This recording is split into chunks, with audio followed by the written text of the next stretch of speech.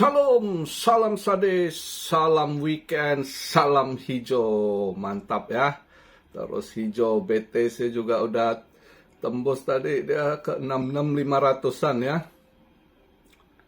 Tapi dia nutup di 65,7. Nah ini balik lagi ke 66 nih posisi saya buat video ya. Coba kita lihat kondisi market ya, positif. Kita lihat mantap lah biar dia ini ya. Jadi ini posisi saya buat video market cap masih hijau di 2,3%, yaitu 2 triliun, 33 billion, mantap. Volume turun, volume transaksi ya biasalah weekend ya agak turun. Hari ini udah Saturday, Sabtu. Turun 8,1%, yaitu di 78,3 billion, masih bagus. Kalau hari Sabtu ada 78 billion ya. Nah yang mantapnya ini BTC dominance. Justru dia ini naik, BTC dia turun, BTC ini yang mantap. Begitu terus kok bisa lebih anjlok lagi ya. Kemarin dia di 56,3, ini 56,1 ya. Bagus-bagus. Itu yang kita harapkan. Kita berharap dia turun terus. Fear and Greed ada kenaikan dikit, walaupun masih di posisi netral, udah di 57% ya Fear and Greed. BTC, ini saya buat video posisi BTC di 66.000,77 dolar ya. ETH di 2.693. BNB udah balik lagi di atas 600, yaitu 616, agak hijau, menanggapi positif dengan udah rilis, udah lebih cepat 2 hari dikeluarkan CZ ya. Udah deal dia, langsung dikeluarin lebih cepat. Seharusnya tanggal 29, tapi 2 hari lebih cepat dikeluarin. Duitnya kenceng juga tuh si CZ. Solana di 158, hampir 159 ya. Ada yang tanya bisa ke 160, saya bilang ya mungkin bisa sekali gitu ya. Udah mendekati nih ya. XRP masih setrika di 58, 59 lagi ya. Muter-muter di situ, ini 59 posisinya. Toncoin udah 6 dolar lagi, 6 dolar 5 sen ya. Shiba Inu udah kepala 2 ya, kepala 2095 masih naik dia, mantap. Beginilah yang kita harap ya. Altcoin mulai recovery, slow but sure, nggak apa-apa, yang penting lo harus naik terus recovery. PP lumayan juga ya, PP juga naik, bagus, banyak yang ini mulai ini. Render udah 6 dolar 72 sen, mantap. Stellar SLM udah hampir ke ini, udah hampir ke 10 sen lagi, 9964 ya. Boleh. Habar ada sedikit positif naik ya. Ditunggu tuh, mantap lah. Dengan ini kita berharap BTC dominance-nya semakin lemah gitu ya, biar lebih ini altcoin lebih bagus performnya. Saya semalam scalping ada rezeki juga Jasmine. Semalam saya bilang saya kalau Jasmine molong, dapat saya Jasmine sedikit ya, ada rezeki lah. Sayangnya call saya nggak ini, harusnya dapat lumayan kok, karena saya pikir udahlah. Padahal saya mau masuk short ya, ada koreksi dikit semalam ya. Karena kalau kita lihat dolar nggak menguat gimana juga ya. Waktu kemarin itu merah tipis juga dia, dolar akhirnya nutup. Padahal udah agak hijau, bisa di 100, something, ini akhirnya nutup merah tipis pas di 101 ya. Yen yang menguat ya. Nah, kita bahas dikit lah, ada yang minta bahas dengan terpilihnya Perdana Menteri baru ya. Tolong bahas dikit katanya, boleh. Saya nanti ini kita lihat dulu. Yaitu yen menguat lagi dengan terpilihnya ini ya, dolar juga melemah karena dolar semalam PCE drop ya. core-nya drop, ya kan, PCE indeksnya drop, yes over yes, price indeksnya ya, PCE price indeksnya yes over yes atau month over month merah gitu. Kalau core-nya month over month merah, kalau core PCE index price indeksnya yang yes over yes naik sedikit ya, yang sebelumnya 2,6 dia tapi overall kalau di ininya ya turun, ini sebenarnya turun dia PCE ya, makanya dia agak melemah gitu. Dolar masih nutup merah tipis lah semalam ya.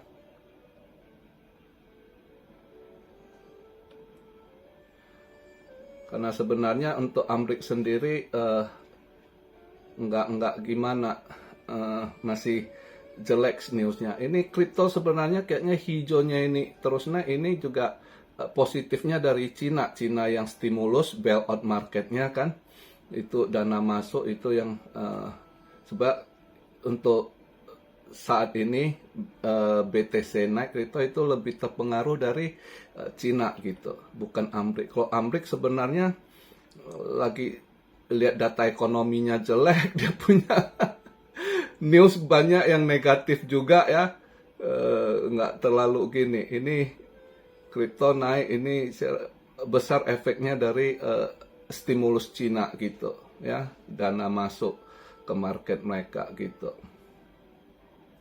Jadi pada ikut ini.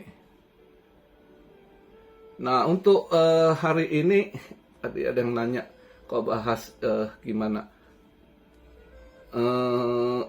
untuk kondisi market untuk saat ini mungkin nggak terlalu ngaruh dengan terpilihnya Perdana Menteri ya kan. Yen yang menguat untuk sementara ini ya, kita belum tahu, lihat dia nanti dia pilih kabinetnya siapa gitu. Sebenarnya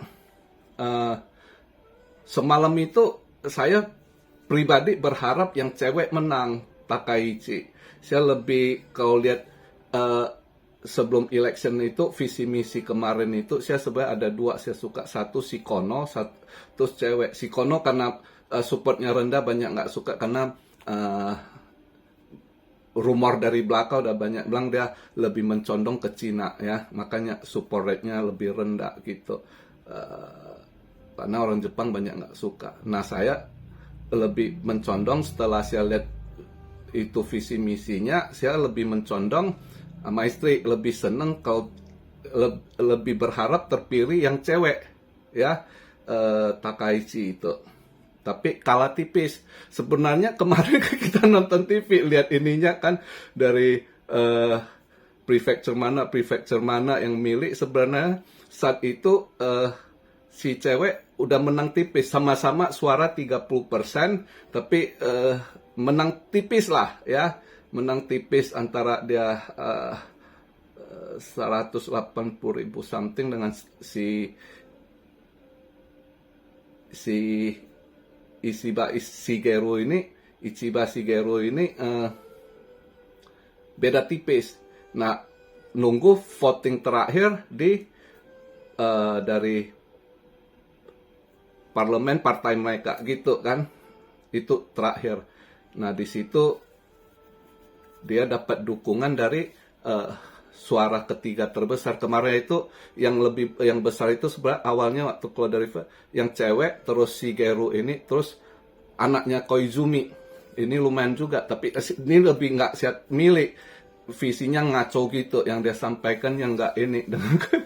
Saya lebih ke perempuan ini karena saya pikir yang perempuan ini lebih mikirkan untuk bangun UMKM, lebih pentingkan domestik gitu ya.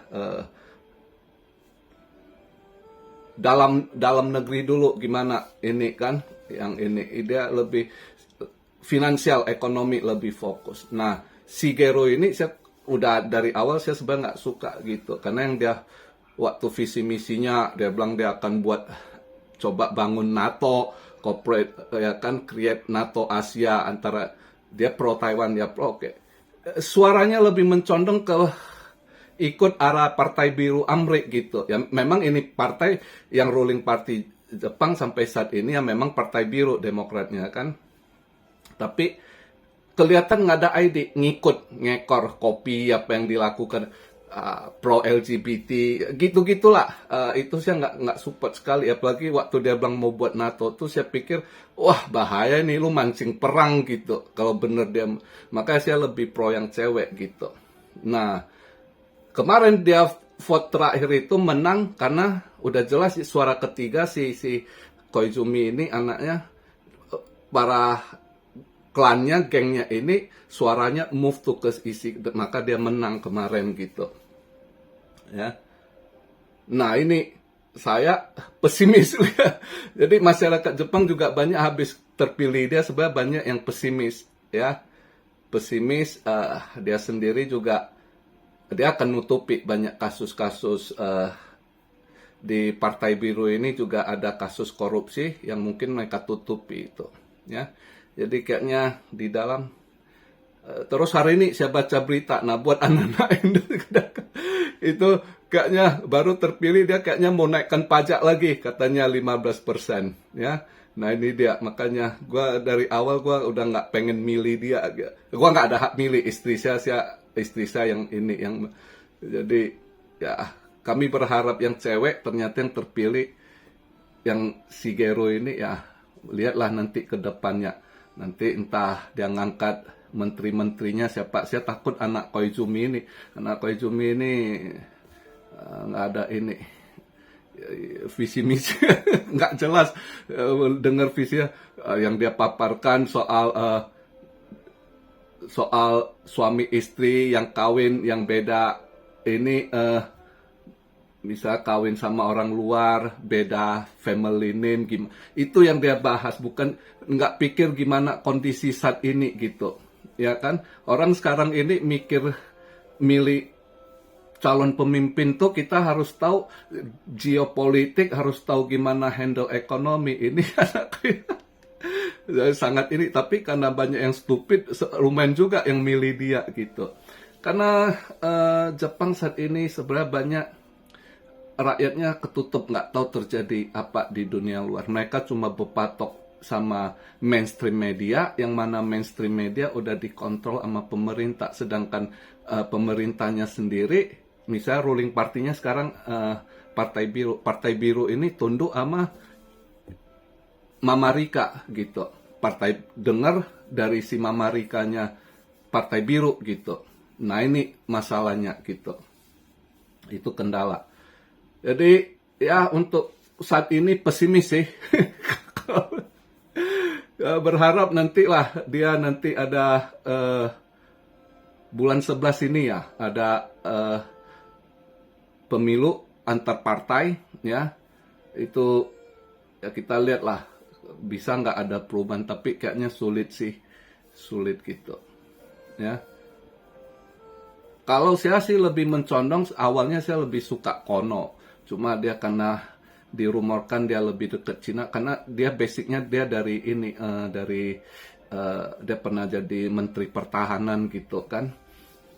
Terus juga secara knowledge-nya, bahasa Inggrisnya bagus, knowledge-nya sekolah di luar negeri, ini dia juga pro ke kripto, AI gitu ya.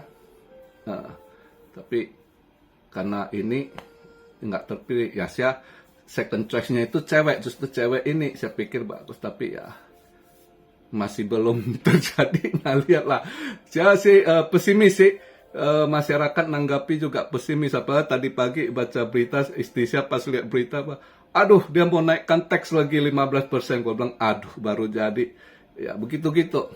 Yang nggak ada ide, cuma kalau ngadepi nggak ada ini, nggak jelas visi misi mereka gitu.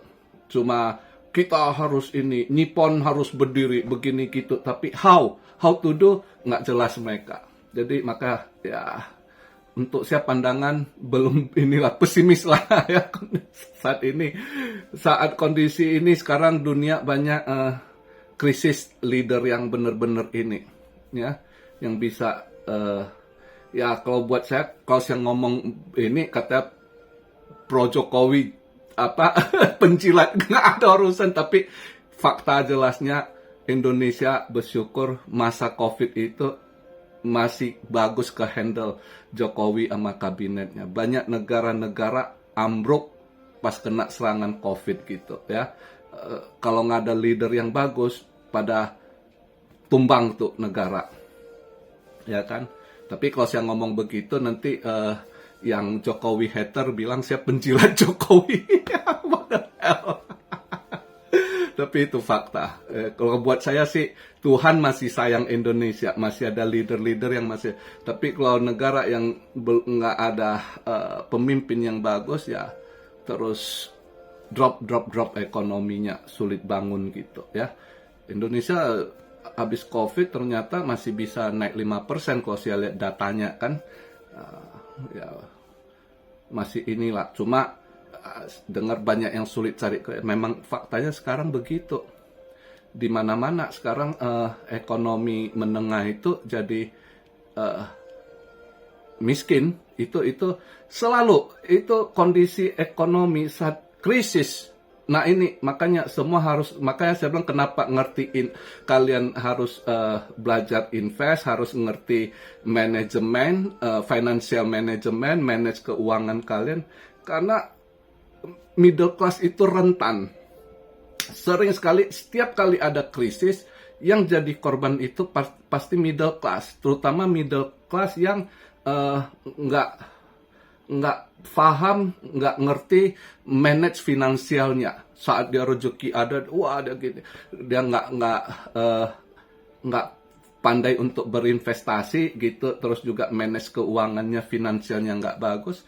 Nah selalu saat ada krisis, selalu middle class ini yang pertama selalu jadi sasaran. Yang nggak kuat fondasinya pasti hancur gitu. Balik lagi ke poor class, kelas miskin gitu, ya. Nah itu dia, makanya pentingnya belajar mengatur finansial, manajemen finansial Anda, belajar investasi, karena dunia itu tetap ada cycle, tiap cycle dia nanti ada masuk masa krisis gitu. Nah yang kali ini agak berat, setelah serangan COVID, perang, ya kan. Ini krisis sekarang ini beda sekali dengan krisis-krisis yang sudah saya lewati ya.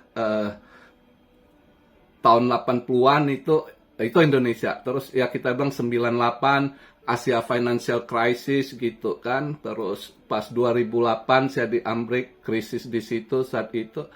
Ya selalu dari setiap kejadian krisis yang saya lihat alami, tiap ada cycle di situ kita harus pentingnya belajar paham finansial, manage keuangan kita harus ada backup, kita harus ada investasi, di mana saat krisis ekonomi drop kita ada backup, ya.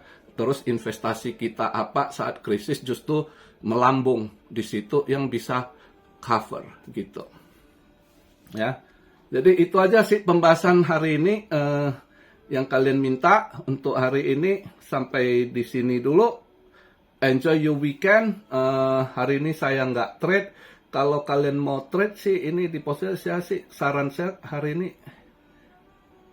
kalau mau trade agak tanggung. Kalau saya pikir kalau saya mau trade besok sih, besok minggu kan, minggu biasanya volume transaksi turun, jadi pilih kalian target koin-koin yang harus koreksi gitu ya, itu bisa kalian short untuk scalping ya, scalping cari ini gitu aja, bentar dapat cabut. Nah itu Anda boleh yang udah ini, misalnya kalian boleh pantau say kayaknya kemarin udah lumayan naik, bisa koreksi dikit ya. Nah terus mem koin yang agak ini kemarin lumayan naik gitu kan. Nah itu biasanya kayak Hamster Combat waktu rilis kan, ini Hamster Combat itu masih bisa drop ya, masih bisa itu. Jadi kalian cari-cari yang udah naiknya tinggi. Nah biasanya minggu volume lebih drop. Nah kalau kalian mau short itu koin-koin, atau nanti mau cari longnya minggu pagi, kita Senin pagi gitu, nanti lihat buka market. Karena kalau mau long ya sebaiknya itu, karena posisi market masih bullish sih. Cuma biasanya kalau ya kalian pantau lah kondisi besok kan, kadang market berubah. Tapi kalau mau scalping itu masukan saya, ya kalau hari ini saya ini, mungkin besok saya pantau-pantau, besok minggu saya pantau-pantau lihat kalau yang udah habis gas, nah di situ saya short. Biasanya karena minggu mereka ini tutup trade, biasanya drop, mau masuk Senin gitu kan, biasanya volume lebih drop. Saat volume drop di situ kita short, dia agak ini. Tapi biasanya yang selalu drop yaitu koin yang sudah habis gas ya. Begitu aja video pembahasan di hari Sabtu ini. Have a nice weekend. Salam Syario dari Tokyo. God bless you all. Be blessed, be blessed, be blessed. Immanuel. Haleluya.